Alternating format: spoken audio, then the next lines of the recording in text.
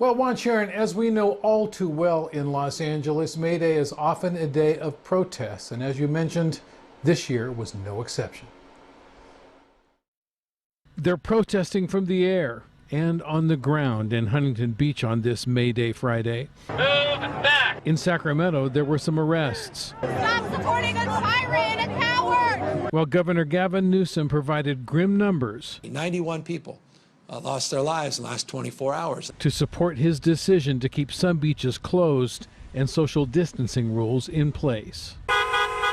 In Dover, Delaware, they carried rifles and American flags as they walked up the state capitol steps. Open up Delaware. Really, that's all we want. The virus is hurting more than ever in some parts of the country. Maryland and Virginia today reported their highest one-day increases in cases. Texas opened retail and restaurants, like Houston's Common Bond, at 25% capacity today, even though the state experienced its single-day record in virus deaths. Stores may be open. They're also mostly empty. More than 30 states have now loosened restrictions, but only 3 meet the requirements in the president's guidelines, which spell out states must have a steady decrease in new cases for at least 14 days before they can begin to reopen. So the concern that I have is that there are some states, some cities or what have you, who are looking at that and kind of leapfrogging over the first checkpoint.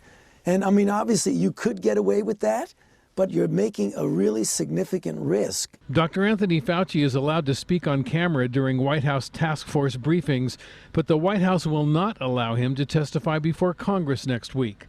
The White House says it's counterproductive for task force members to appear before Congress right now.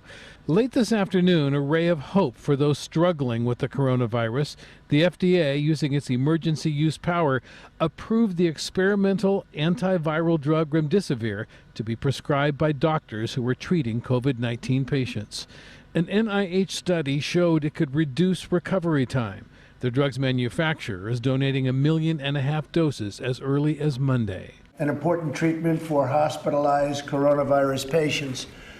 And it's something, I spoke with Dr. Khan and Dr. Fauci. I spoke with Deborah about it, and it's really a very promising situation. And while nurses across the nation demonstrated today for more safety equipment while wearing homemade masks, a national tribute to them could be seen in the sky.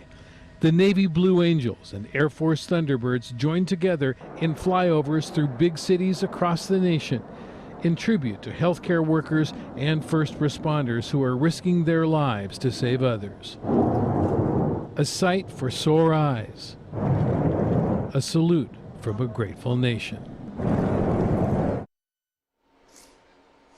And on this Friday, we thought it would be nice to leave you with those images after a very long and difficult week. Let's go back to you. All right, Randy. Indeed.